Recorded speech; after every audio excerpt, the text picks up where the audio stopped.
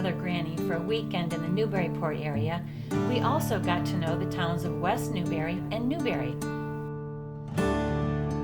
Largely farming communities, we met a lot of nice people and animals.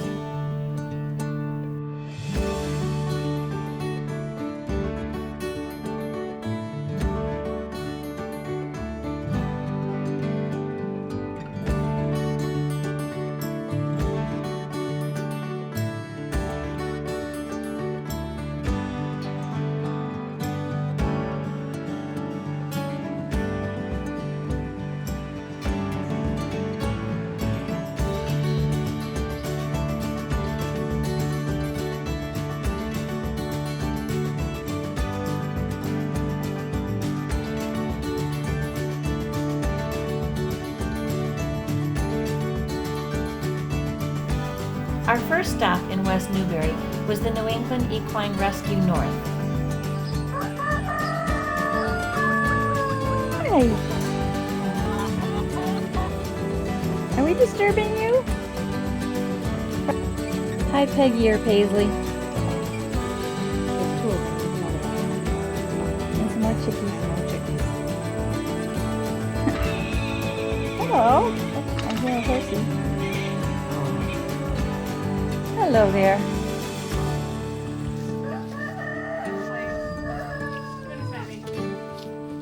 I'm Caroline Matterson, and I'm a volunteer here at New England Equine Rescue North.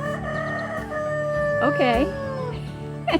And someone's getting their 2 cents in. Yes, that happens a lot around here. I love it. Whoa.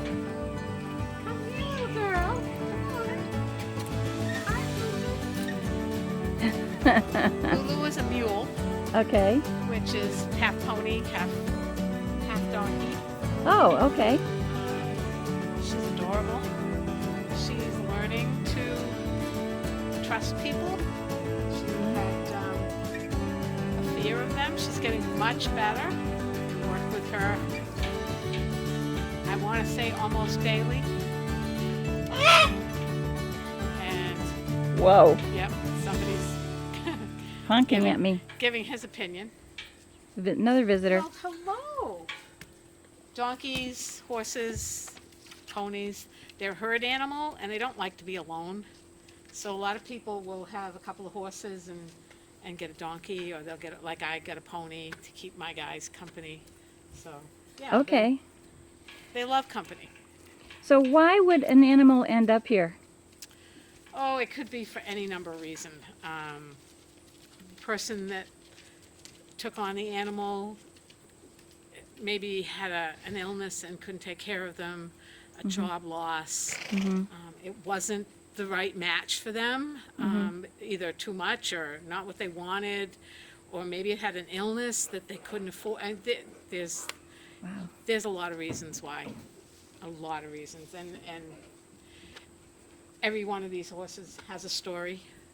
Yeah, so these animals end up needing a home, and then they take them in here. We take them in, we evaluate them. If they have a health issue, we try and figure that out. Sometimes the previous owner will let us know what's wrong.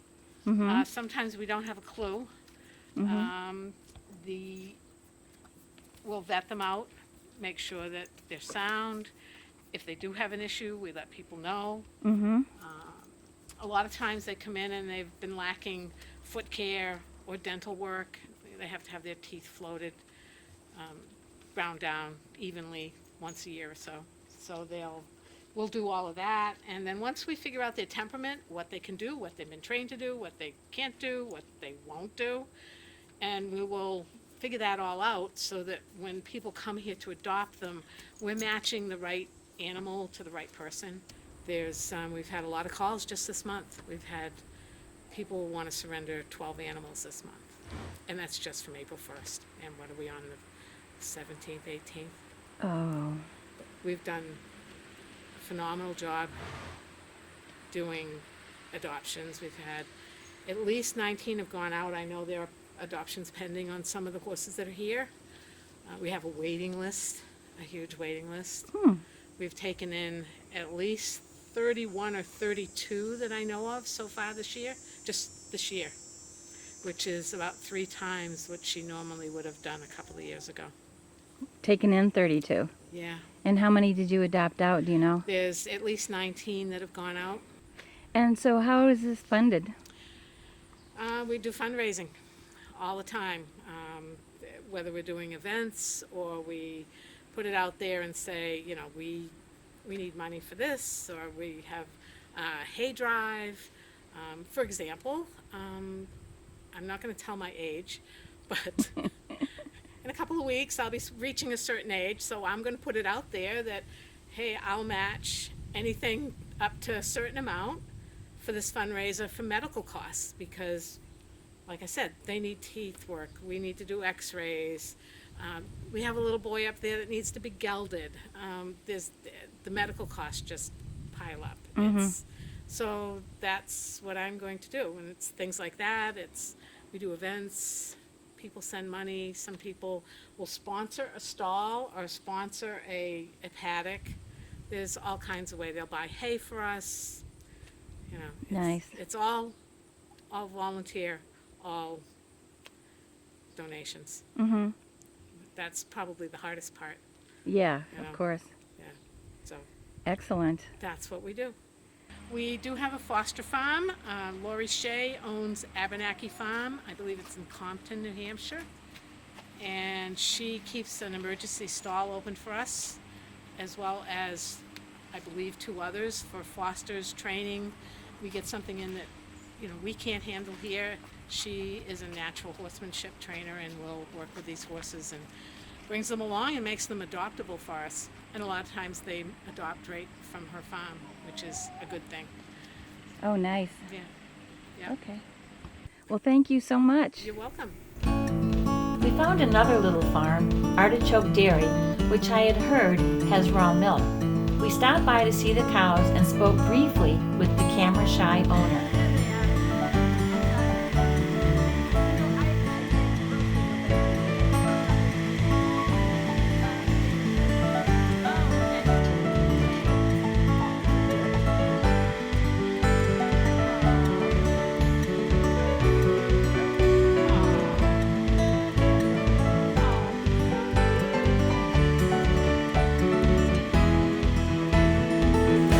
Jane Wallace Wild from the Historical Society gave us a tour of the William B. Hill's house and told us some of the history of West Newbury, including the history of comb making, which is said to have begun here. Everybody, the farmers in the wintertime, Uh-huh. they made shoes for their family. Oh, wow. So let me get out of the, you can take. West Newbury split off from Newburyport in 1819. For a very, very short period of time, we were called Parsons. I think probably less than a year. And then we went back, we became West Newbury. West Newbury, Newbury, and Newburyport were all one large area. We are considered the Upper Woods. When settlers off of the Mary and John arrived on the Parker River, they arrived in Ipswich first and then they went to the Parker River. They settled at the Parker River, and then as the community grew, people wanted more and more land, and they ended up here. But as was true in those days, religion at that time, you had to go to church. It was not an option like it is now. And so the people in the Upper Woods who sometimes did not have carriages, it became difficult for them to go to church in Newburyport, or Newbury at that time. And so they petitioned after a long protracted battle, and we split off from them, as I said, in 1819.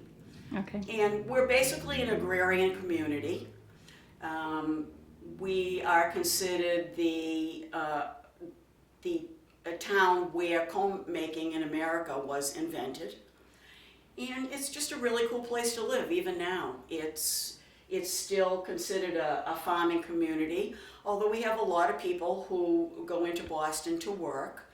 We enjoy our open space, and it's just cool. Well, I think what's important here is a sense of community, and we do value open space, and I think that you've been around to some of the farms, And those are the things that we value, a small sense of community. We've only got about 4,600 people. We have just recently got a town manager, but we do the selectman form of government with town meeting, which is still popular in this area. And I think we're about 31 and a half square miles. We're right on the Merrimack River, separated from Amesbury. It's had sturgeon in it, and it opens up into the mouth of the Merrimack. You probably heard about the accident the other day at the mouth of the Merrimack. Yeah. But combs were, what did the home industry in was the invention of plastic. So as soon as they invented plastic, that was it. Combs were made out of The horn. combs were made out of horn, so Yeah. to get a horn in bulk, as I said, it would come up the river on a gondola that Yeah. unloaded at the end of Whetstone Street, and then they'd bring it to the factories that were making comb, and they would have to steam it, and then they would have to press it. These were pins, Oh. bonnet pins, from from a comb factory, and right there is a picture of the comb factory, and it's down on Main Street, but this will probably be helpful.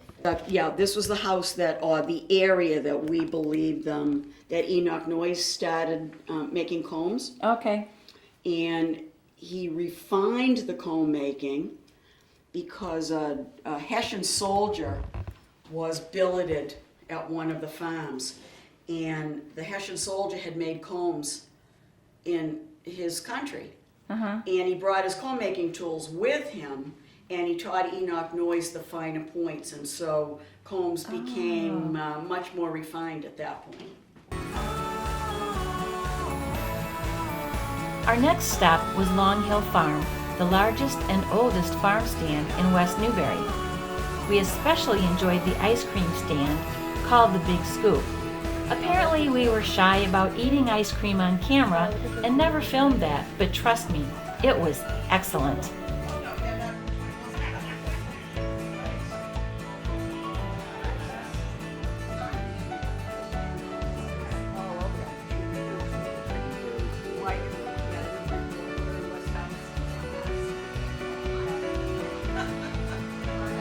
Farm owner Cindy gave us a tour. We bottle fed them because they were taking them on too early, so Oh. they just a few weeks before they'll go the next pet. I love baby birds. Hi, Hazel. You're supposed to be mowing the grass there, buddy. You're supposed to be mowing the grass. She's not doing her job. Yeah.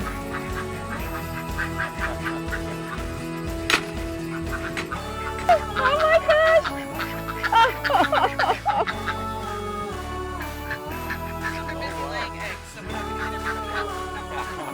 Well, that's their job after all. Hello. How are you? How are you? Did you come to say hi?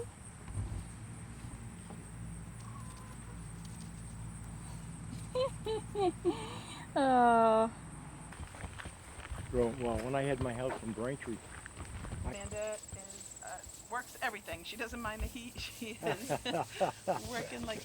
So what do you grow? What do you do? Well, I do a lot of things here. I do the farmers markets, I work the farm stand, do all the CSA stuff, and I'm in the field a lot. Mm-hmm. I grow lots of things. Right now, I'm working on the tomato rows. Okay. Mainly grow vegetables here. Yeah. So you do everything by hand? Yeah, we do. Yep, and we use no pesticides or anything. Even the bugs we pick off by hand. Wow. Yeah. That's a lot of picking. Yeah, lots of picking. What's the best crop here? The best stuff here? Best, yeah. I don't really know. I really like tomatoes, and I really like our kale. We have lots of kale over there too. Oh. Yeah.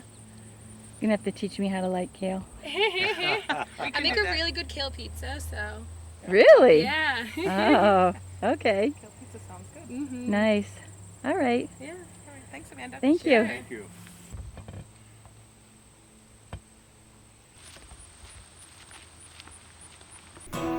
The last leg of this journey took us to the town of Newbury, known mostly for the beaches of Plum Island, but also a farming community. We started the day by heading toward the beach, stopping along the way to see the unexpected airport.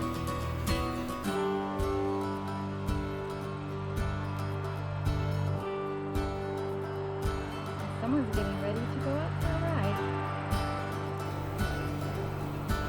We were told not to miss breakfast at Mad Martha's, and it did not disappoint.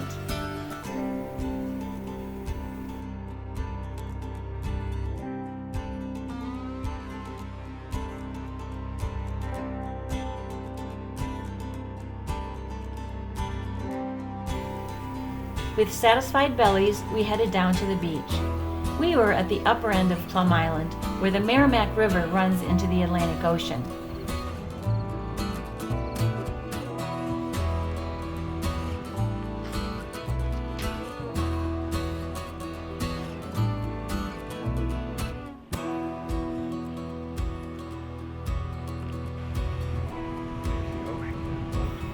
Parts of the island are actually located in 4 separate communities: Newburyport, Newbury, Rowley, and Ipswich. Because of the sandbar.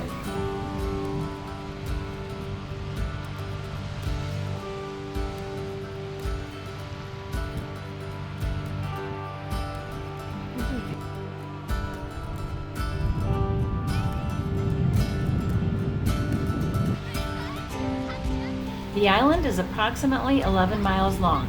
It's named for the wild beach plum shrubs that grow on its dunes.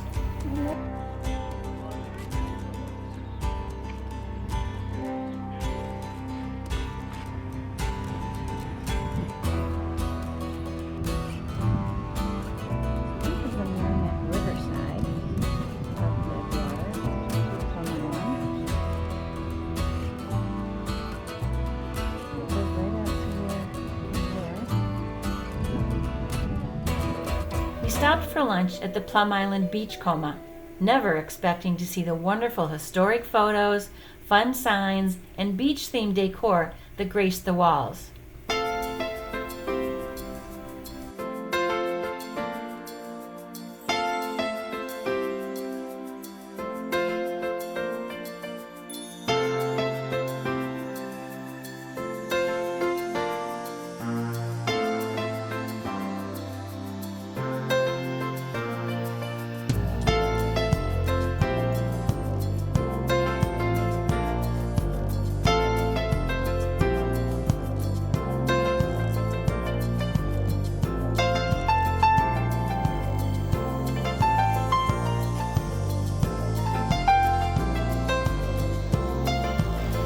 Our next stop took us to the Tender Crop Farm, which featured many beautiful flowers.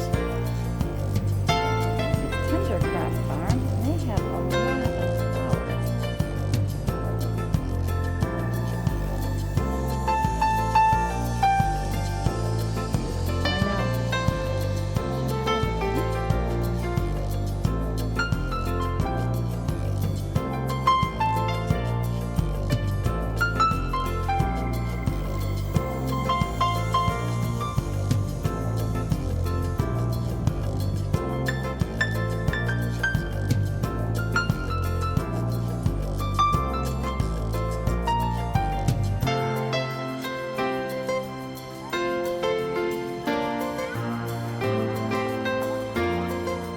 I know.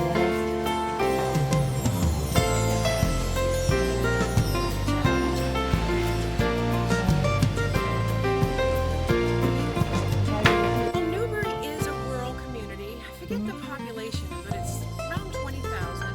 And yes, there's land in Newbury, which is on the island, and then the inland land goes all the way and is bordered by Rowley to the south, Newburyport to the north, West Newbury to the west. Okay, So excellent. at one time it was all Newbury. This was all Newbury here, and then it got split up. Right. So Newbury has a town government with a, They have a town government with Select- a board of selectmen and a town manager. We have 2 fire departments. They are both volunteer departments. Our last stop was the Spencer Pierce Little Farm, which Arlene Shea told us all about. The hornets have made these little tiny holes, and now they're all inside. Now you got to really get them before you paint. So it's been. are you cleaning your teeth? He says I like to toothpick my teeth. Hey, stop that. Stop There won't it. be any fence left. Roger. See, he's got this all figured Wait, out. he's Roger? This is Roger. The Oh, donkey. that figures. That's Roger. Oh, Roger. Rotten Roger. No wonder. Hi, Rotten Roger. How are you, buddy? Something else. He's, Roger and Roger. How are you? I we've like had to it. devise this little crazy lock on the inside because he can open up pretty much anything else. Oh yeah, that's Rotten Roger, all right. Oh, yeah. They think they're all coming out, which we do a lot. My name is Arlene Shea.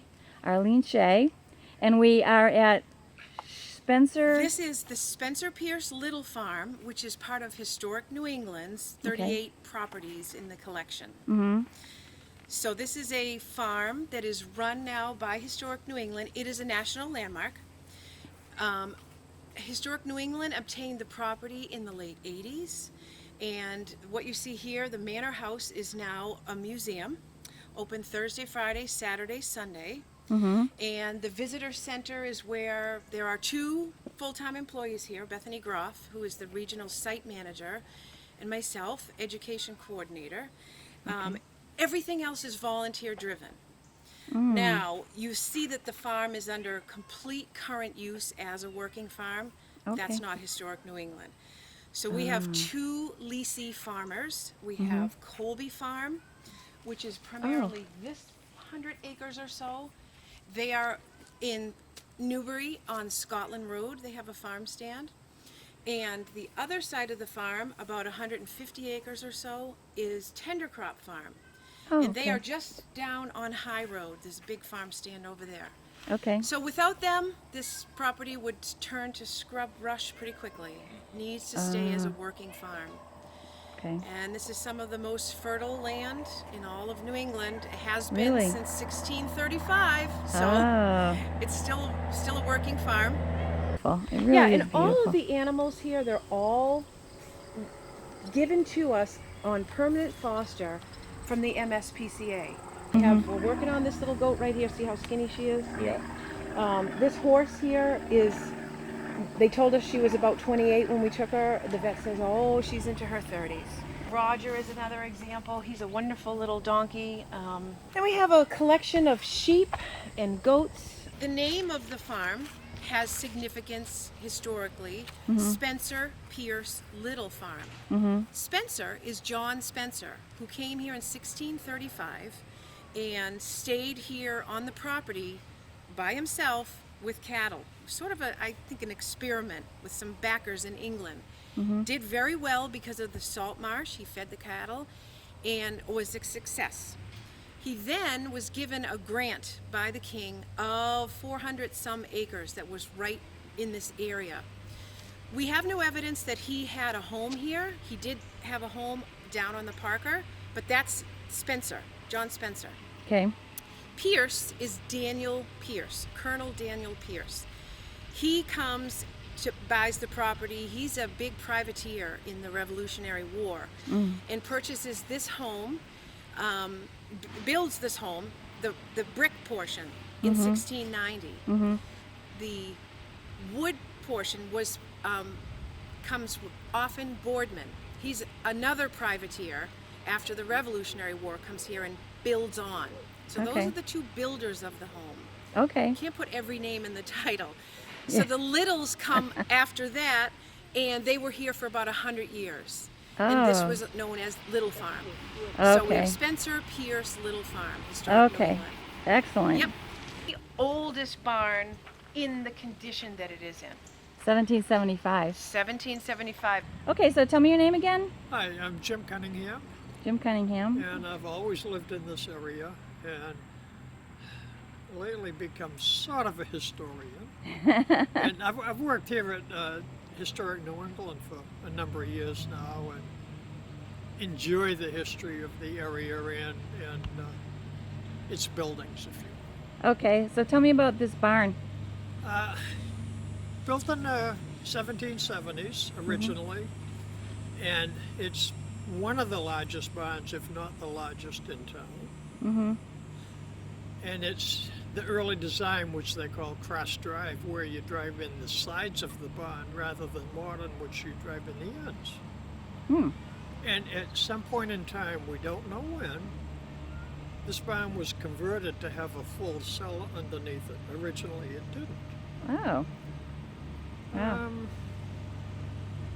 That's about all I can think of about the brief history of the barn. Okay, If you'd great. like to look inside. Well, let's. Oh, look at this. And these are all tools. This is A lot of nice. this stuff has been donated because they know we show it off. Mm-hmm. And we got a little bit of everything in here. Arlene likes to use it as the, what is this type of a thing to Uh-huh. get the kids in. What's this? But we have everything from like different scales. Which Oh, wow. that's a balance scale. It's a two-stage scale. You can measure heavy stuff, or you can measure lighter stuff. Uh-huh. And what is this? This is what's called a winnower. There should be a belt, like for a pulley, that goes here and around here. Okay. In here is a fan. Oh, And if you okay. dump beans, for example, shell beans, dried beans, Okay. they thresh them, which means you wait for the plant to die completely before you harvest it. Oh. You bring it in here on the floor, you have a stick with a wooden handle, or a wooden striker. Mm-hmm. So you lay the just whole plants of these beans on the floor, Okay. strike it with that, which separates the beans from those pods and the plants. Okay. Get rid of the chaff, if you will, but there's always dust and debris left mixed in with the kernels of grain. Mm-hmm. So when you dump it in here and you run it, that wind from this fan will blow that out the back, and the grain itself would be able to come out here. Oops, it's full of garbage right now. into a container. Okay. And this has obviously been replaced. Yeah. Okay. Yeah, that looks But pretty new. at that, when you look, the absence of that whitewash Mm-hmm. is telling me that that was used for storage.